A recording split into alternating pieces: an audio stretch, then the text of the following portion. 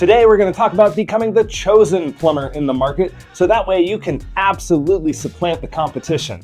It's a great tactic, it's a great strategy, you're going to learn a lot along the way, so let's get going. Okay, so today I want to talk about kind of the whole goal of marketing in the first place, which is being the chosen plumber. Being so well positioned in your market that people call you instead of running to Google, running to friends, running to any other source. You want to control the conversation when it comes to marketing. It's absolutely critical that you are positioning yourself well into a market through things like, paid advertising. So let's back up a little bit. You got to think of the customer journey here. The journey that your customer has is they wake up and they find out that they have a problem with their plumbing, whatever that may be, and they run to a source.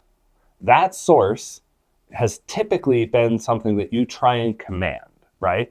You want to try and command Google, you want to try and command Bing, you want to try and command DuckDuckGo, whatever. Google is the lion's share, so people just focus on Google, but realistically, what you're doing by trying to buy search ads is you're trying to command the flow. You're trying to say, come to me, I can solve this for you. And you're doing it at the time of need. So that person has a high intent to book and close, right?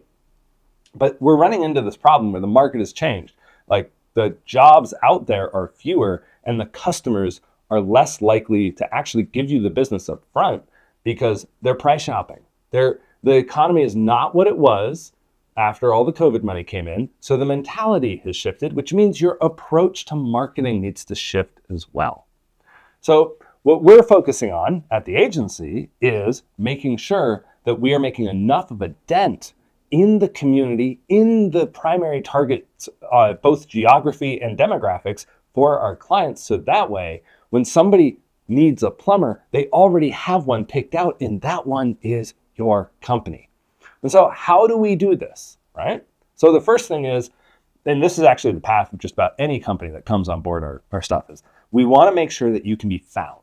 First and foremost, you need to be able to be found. And that's like the baseline of SEO. So you get your Google business listing up and running, you get citations done across the internet, you get your website up and running, and you make it robust. You don't just put up a one-page site with all your services all conclommed on to one page. You want a page per service, you want a page per service area. There's even an argument to you want a page per service area. That's deeper SEO, but what I like to make sure is that, hey, if somebody's looking for you, they can find you. Now, the question is, how do you make sure that you're desirable enough for people to go looking for you in the first place? And you really have two things to think about here. One is your brand and your branding. So like your logo, your fonts, your colors, your message, how well that lands with your target demographic. And if you have that dialed in, then it comes down to, well, how do we force this message out into the marketplace within the eyes and ears of our customer base and our target demographic? And that is paid advertising. So, and there's different kinds of paid advertising. You've got the lead generation, so that's like Google PPC, and you've got LSA, you've got Yelp, Thumbtack, and all those things where you pay per lead. And then you've got brand building. And brand building is something that is being ignored far too much inside of the home services sphere right now. I don't think it'll be like this forever. I just think that people lost the plot because when the COVID money was in, it was so easy to get new customers. Everybody started going like, all right, let's do lead gen because it worked really well. But we're not in that market anymore. The customers are less apt to buy right directly if you haven't done proper brand building first, because what you need to return to is the core fundamentals of marketing, which is your business attracting customers, not gathering up the ones who run to you because you happen to be on a list of 10 to 20 other competitors that day. So you want to completely supplant the Google conversation. You want to get out of the running of that because it's so expensive.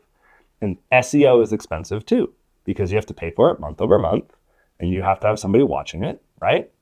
But when you can take that $2,000 to $5,000 that you're paying for SEO and pop it into ads against a consistent audience over a sphere of or a geography, you can command influence up here inside of the customer's headspaces who don't even know they need a plumber yet. And this is the difference. When you're paying for SEO, PPC, LSA, all of those, I'm not saying don't do it. I think that you need to have proper expectations around what those platforms are. Those are one-to-one marketing sources. Those are things where somebody woke up that day, they need a plumber, they're hopefully going to choose you. But you really need to be thinking about how many other people are competing for that and how many of those happen every month. There might be, 1,000? Maybe, and it's going to depend on market size, but maybe 1,000 people throughout the month wake up and they need a plumber. But what if you have 100 other plumbers around you? Now suddenly your ability to grab one of those diminishes dramatically. And if you're new, good luck, because it's going to cost you an arm and a leg. So, but here's the thing. That doesn't mean that you can't talk to people, right? These are the people who woke up today or throughout the month, but your market is much bigger than that. And you don't want to ignore everyone else in the market. And that's what I've been seeing is people have a tendency to ignore the hundreds of thousands over here for the 1,000 over here. And granted, you don't want to try and compete on all hundreds of thousands. You all have marketing budgets. You all have a finite amount of resources. So what you want to do is narrow it down. Geography, demographic and geography. Those two things will allow you to hit somebody enough times to actually move the needle because you need to build relationships, you need to build influence, you need to build credibility, authority, trust, all of that. And that is not done on PPC. That is not done with SEO. What that is, building a reputation. And when you command the reputation, then you become the person that people are searching for. And suddenly you're organic, guess what? It's going to look a whole lot nicer when people just go, man, I need a plumber. I'm going to call you, right? And that's what you really need to build. And so many people don't even start this part of the equation. And then when they get to a point where somebody else comes in with private equity and dumps just a ton of money into the market, they don't have the resources to compete on that level, but they didn't do any of this, so they don't have any room for the conversation to be about them. So this is what I want you to do. Make sure that you understand what your marketing budget is. Then allocate some for lead gen. Anything you make out of lead gen, allocate some of that revenue back into brand building. Then you use the rest of your marketing budget on brand building. You run Facebook ads so people see you every other day. You have a plethora of ads that are running. Some are saying, hey, here's our story. Here's who we are. Here's what we stand for. Some are saying, hey, here's what your neighbors think about us. Isn't that amazing? We're 5 stars by the people down the street from you. And you start giving them tips. You start being part of the community and you turn all those into communication touch points because that ends up building relationship. If you do goodwill in the community, if you're part of the community, if they see you around, then they know they can trust you because you have skin in the game. And that's different. That's a totally different mentality. And yes, a lot of this is subconscious, but guess what? That's marketing for you. So you start building this sort of corner of influence inside of their heads. And you know what ends up happening? They don't think of Google when they need a plumber, they think of you. And you're going to start with this small. If you're small, you're going to start, your budget will determine your geography. But basically, if you do this for 3 to 6 months, I promise you, you will have influence. You will find that people just start coming to you. It's old school, but it's old school because it's worked and it's fundamental. This is radio advertising. This is TV advertising. Those tactics that those media platforms have, you need to apply to digital marketing. And so many of you aren't. When digital marketing, when digital platforms are where most of your demographic is.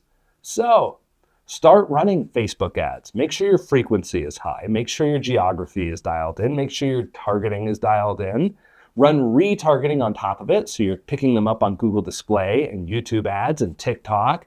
And next thing you know, people are going to say, man, I see you everywhere. And yeah, they do because you've made that happen.